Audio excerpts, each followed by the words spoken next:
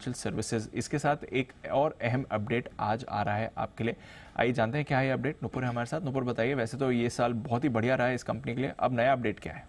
बिल्कुल अच्छा रहा है क्योंकि क्वार्टर 3 के नतीजे काफ़ी दमदार आए थे और उसके बाद डबल होते हुए दिखा है स्टॉक। और अब ये अनुमान लगाया जा रहा है कि मई का जो रिव्यू होगा MSCI स्टैंडर्ड इंडेक्स का, उसमें ये स्टॉक भी शामिल किया जा सकता है। फ्री फ्लोट में जो बदलाव हुए और जो स्टॉक में रनअप देखने मिला है पिछले 3 महीनों में, करीबन 94% से ज़्यादा स्टॉक ऊपर है, जिसकी वजह से यहाँ पे जो है ये अनुमान लगाया जा रहा है कि MSCI का जो रिव्यू आने वाला है नेक्स्ट टाइम जो आएगा मई के महीने में, वहाँ पे स्टॉक को भी शामिल किया जा सकता है। अगर ये शामिल होता है तो करीबन 17 से 18 करोड़ डॉलर का इनफ्लो यहाँ पे देखने को मिल सकता है। रुपीस टर्म में देखें तो 1400 से 1500 करोड़ रुपए तक का इनफ्लो आप स्टॉक में देख पाएंगे। तीसरी तिमाही के नतीजे आए थे और उसके बाद से ये हमने देखा है स्टॉक में एक रनअप आते हुए दिखा है। इस स्टॉक के अलावा काफ़ी कुछ और नाम है, जैसे कि Canara bank, NHPC, Alkem labs, solar industries, Indus tower और मैनकाइंड फार्मा, ये भी इस कतार में, इनकी भी जो लिमिट है वो अनुमान लगाया जा रहा है कि ये भी मई के महीने में,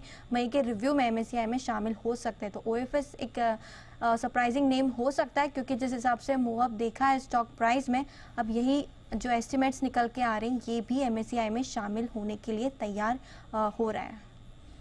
बड़ी खबर है, OFSS ओरेकल फाइनेंस ये MSCI में शामिल हो सकता है, यानी कि फिर फ्रेश इन्फ्लोज के लिए एक कैंडिडेट बनेगा।